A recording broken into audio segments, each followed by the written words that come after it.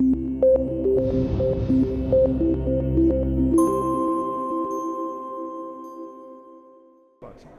Mark Staude, Riverside Resources, how are you? It's great to be with you, Andy. Thanks a lot. Great to be with you. We're at the 2025 Rules Symposium here in Boca Raton. Tell me a little bit about the vibe, what you're feeling, what you're talking to with different investors coming by and asking you about your company, but just really, tell me about the vibe you're getting. Being at this conference is wonderful. It's our favorite conference of the year. Been so lucky. Rick Roll was a founding investor 18 years ago with Riverside. And we've been coming to the conference, although the conference has moved from different places and doing different things. The vibe this year is so much fun. It's Old Home Week. I love it. I have people coming that are owners. And this year we dividended another company to shareholders. So this time people are coming, it's like coming to the wedding. And people are coming and giving me hugs, people are coming and saying thank you, and people are saying, oh, that's how that showed up on my account. Because magically, by owning Riverside, you got shares in Capitan. Magically, you got shares now in Blue Jay. So people have these shares, and so people are coming going, that's where that came from. And I go, it's so crazy. I told you a year ago, this is what we're gonna do, and so this vibe this time is so much fun, because it's like, I told you so, and there it is. And so it's really fun. Well then let's pin that thought here to where you dividend companies or different companies, because that's an interesting concept that's not very common. It does happen, but it's not very common. So I want you to pin that thought there. Tell us about Riverside, and this is, I'm embarrassed to say, I first met you here at the conference and first found out about the conference. And I say that I'm embarrassed to say, it seems like I love the concept of royalties, I love this concept of project generator. Why haven't I heard more about you? That's what I'm asking myself. So tell me about the company, give me a 30,000-foot view, and then we'll work it down a little bit. I think one thing is we're small. We're a small company. We've been going a long time, and we're not out there overly spending a lot of money. We're very cost conscious. We come to this conference, we don't do a lot of conferences. We really like this conference. This is important. Secondly, we spend a lot of time in the field. We're operators. We do the exploration work. We've worked 4 major companies with them funding us, mostly with BHP, prior with Billiton, prior with that with Antofagasta, with Kinross, with Cliffs, many partners. So we're the guys on the ground doing the work. We're out there doing the exploration. And so Riverside, we're technical, we have geologists. Myself, I got a PhD, overly educated in studying and that, but then we're also focused on working on large projects. So being in the background and doing that, and we've done that and retained royalties. So Riverside has always been, let's end up with a royalty. Let's not put out shares and try to be the hero that tries to make the big mine. We want to own the royalty on those big mines. And that's been Riverside's core value as a company. Okay, so you're generating projects, project generator, and but the goal is a royalty. Explain that a little bit more about how, I'm not confused, but I can see how that can be confusing. So there's 3 parts. So first off is we want to own a project. Right. We forward that project.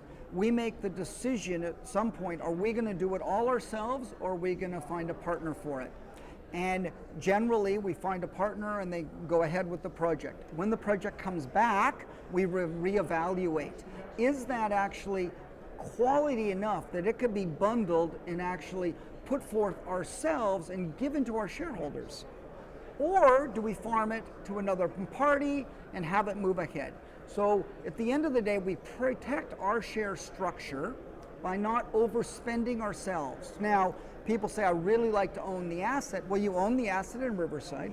At the end of the day, it's going to take a lot of dilution for that project to become a resource, and much more so to become through the different studies. And people say about building a mine, there's a whole bunch of steps of value. And our step of value is discovery and that early resource. So Riverside being in that game has been a key part. And the way we've done that on multiple projects is by spreading the risk with partners. Got it, okay. Yeah. And then you get a royalty. What's your typical royalty? Is that 2%? Is that 5%? Just give me an average across the royalties that you have. So you have to make so it's 2% net smelter royalty. You need to make a royalty that's enough that it's significant, but not that it's burdensome. If it's overly burdened, it's just going to get cut back anyway.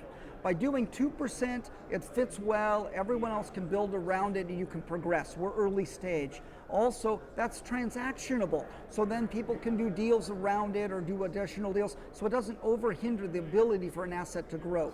So basically, by doing that, we weren't actually buying royalties. So recently, Sandstorm was just bought out.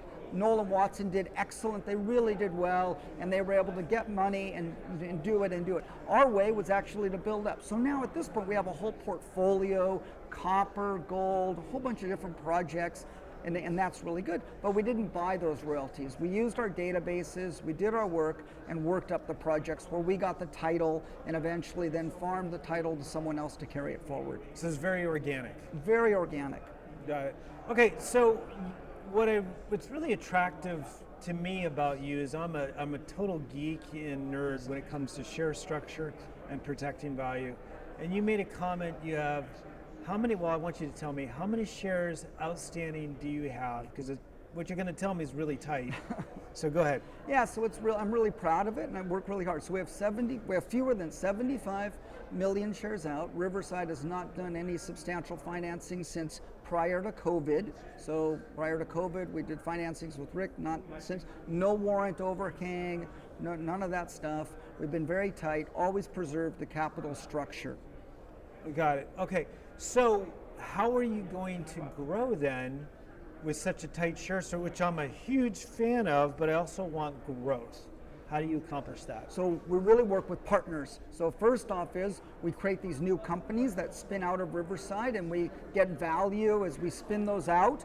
In the past, we kept the shares. We're taking that pin out now, right? Exactly. So in the past, for the first 10 years, we kept the shares and used that value to grow the value of Riverside. So we didn't dividend those shares to shareholders for the first 10 years as we built the business. In the second 10 years now, we can actually have enough of a business where we have projects, we have cash flow coming in, we're able to get cash flow from our different transactions, we're able to do things where we can keep growing the portfolio. We work in jurisdictions that we know well, we work around central bases, we're not everywhere, we work on centralized business so we can use the value of scale and using the infrastructure that we already built up. We've done the operating work for BHP, where we bought trucks. We did the work for Kinross Gold, where we bought all the equipment. We've trained up the team where we can work, and we're working in places where we have the databases. So now it's simply adding on to what we already have. So our generating cost is micro small. We're staking, we have the team of people, and we actually have been able to do it efficiently. We've learned how. We learned using OPM, other people's money, to the point where now we're able to do that, and we use still doing new alliances and new programs. We always are working where we're a value add part of a transaction. Got it. And you made a comment off camera where you actually are the operator of the operation, if you would, to sound redundant. Tell me about that, and does that provide a significant cash flow into the company? It really does. For example, I have a copper rock right here I brought. It's a copper rock. And so people are looking for copper. Well, we own these copper projects. So we're the operating team. We bring the exploration people. We do the work, we're on it every day is a Monday, always on it, and provide the turnkey exploration, and that provides, we charge a 10% fee for it. It really just covers our costs. Myself as a geologist, I bill 80% of my cost to the work that I'm doing. So our burn rates can be very low. Other than the investor relations and marketing and things like that, we just have to stay public and it keeps our burn rate low. Everything else, the money can go in the ground, the money we get. So we're still spending 3/4 of our money in the ground. Right. And we're getting back the money for operating, and we displace our costs by operating on projects that we own. So we're not a consultancy, we're not doing on things that we don't own, but on things we own, we're glad to be the operator. As long as we're the owner, we want to operate to make sure we don't screw it up, to make sure we don't make the wrong promises, we don't make the wrong decisions, and particularly we know the data. We are data geeks. I started building this as a database company, and data and knowledge is golden. And we focused on that mantra for the last 18 years, and that gave us the best knowledge of projects where we're working. Got it. So talk a little bit about how much cash you have in the bank, and you do have a burn rate. Why should investors not be concerned about that? Why isn't that a problem? So Riverside has $4 million in the bank right now, no debt, no overhang, payables, everything is managed. We own our properties, we don't have other things coming.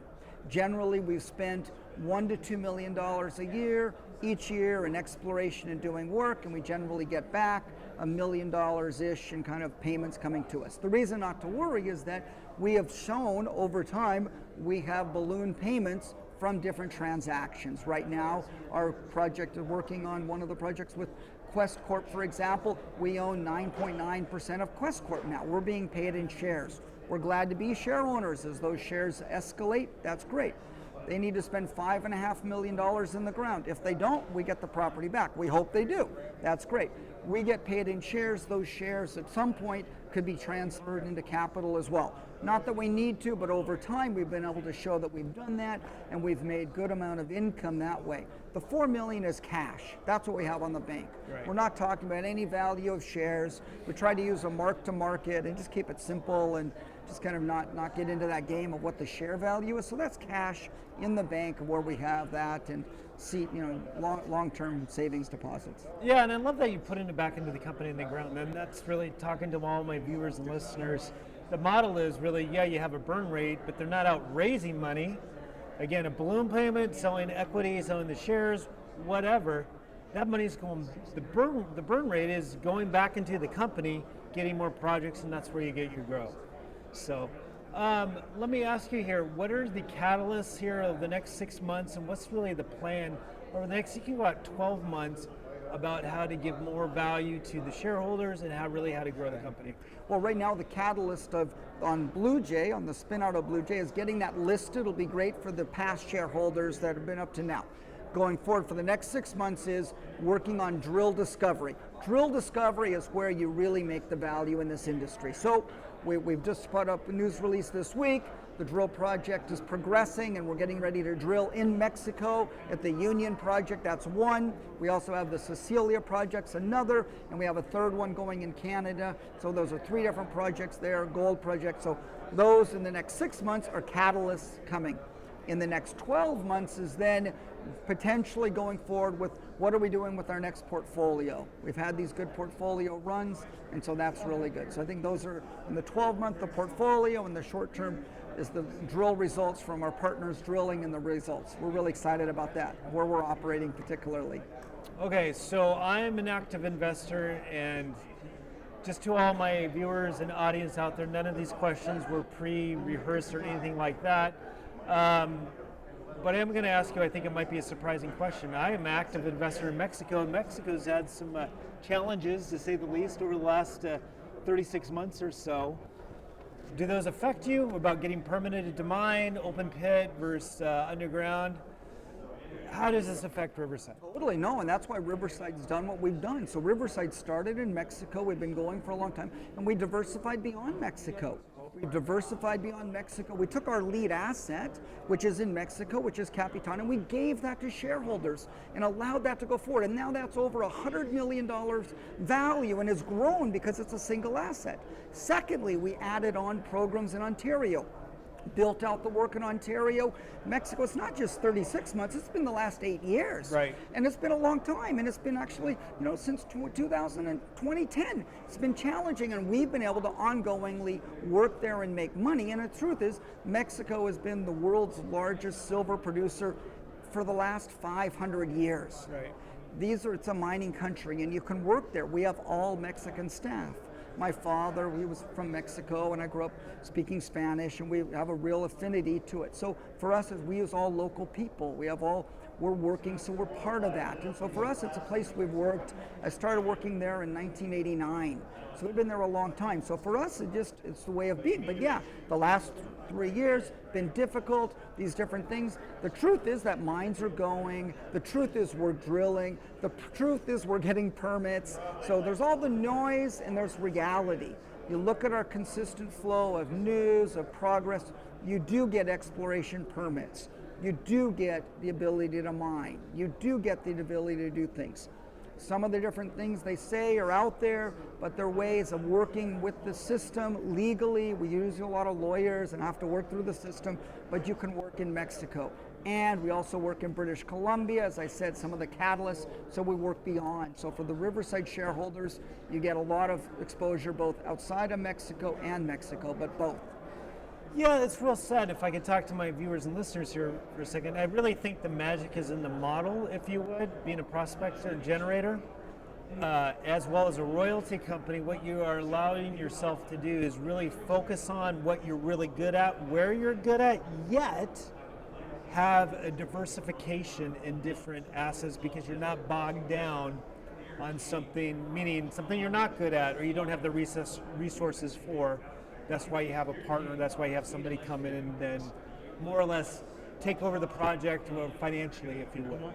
So, John, Mark, is there anything else you want to share with all the viewers and listeners out there that you want to share about the company that you can share? And how do people find you, and what are your ticker symbols, and what exchanges are you traded on? Really like coming on your show. You have a really big following.